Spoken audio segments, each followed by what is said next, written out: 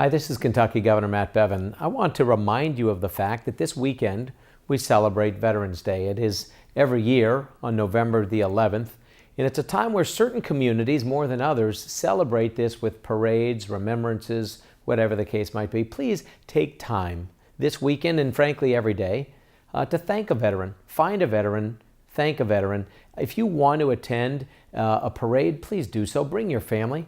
One that I'll be attending personally. I know they're going to be having them in our largest cities of Louisville and Lexington. I'll be at the one in Louisville. And if you happen to be anywhere near either one of those cities, please come and celebrate all the sacrifices that have been made by those who have served this nation in uniform through the years. There's a lot of history in our state, though, as it relates to our military. Just a few things I want to draw your attention to, things you might know, things you might not. Right here in the state capitol, we actually honor our veterans every day in the Kentucky Military Commission cases that are located right outside the governor's office. Another thing you might find interesting is that there's actually, as big a rival as Louisville and UK are on a number of sports, one place where we're on the exact same team is the U.S. Navy. And there is actually a USS Louisville and a USS Kentucky. Now, the USS Louisville is the fourth ship throughout history to bear the name of our largest city. It happens to be on a submarine right now, one of the most advanced submarines in the world. The USS Kentucky is actually the third U.S. ship to bear our ship's name, and it's also a submarine at this time. It happens to be a ballistic missile sub.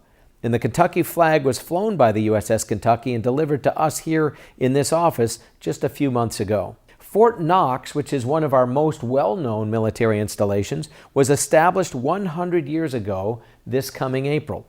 It was called Camp Knox back in those days, and it was named in honor of General Henry Knox, who was the chief of artillery during the Revolutionary War. Fort Campbell is our largest active installation for troops right now.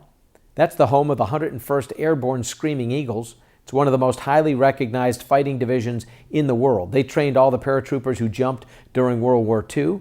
The security forces from Fort Campbell are deployed right now around the world in the War on Terror. Another establishment some of you might have heard of, perhaps haven't, is the Bluegrass Army Depot. It's located in Richmond.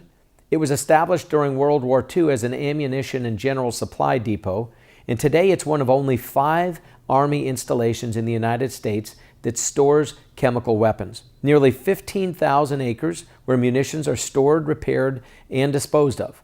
We are blessed here in Kentucky by not only incredible history as it relates to veterans, but many veterans of the future who are actively engaged in the military right now. We are blessed by those who serve us in uniform in the armed forces. Take time to thank them on this November the 11th, because we are Kentucky.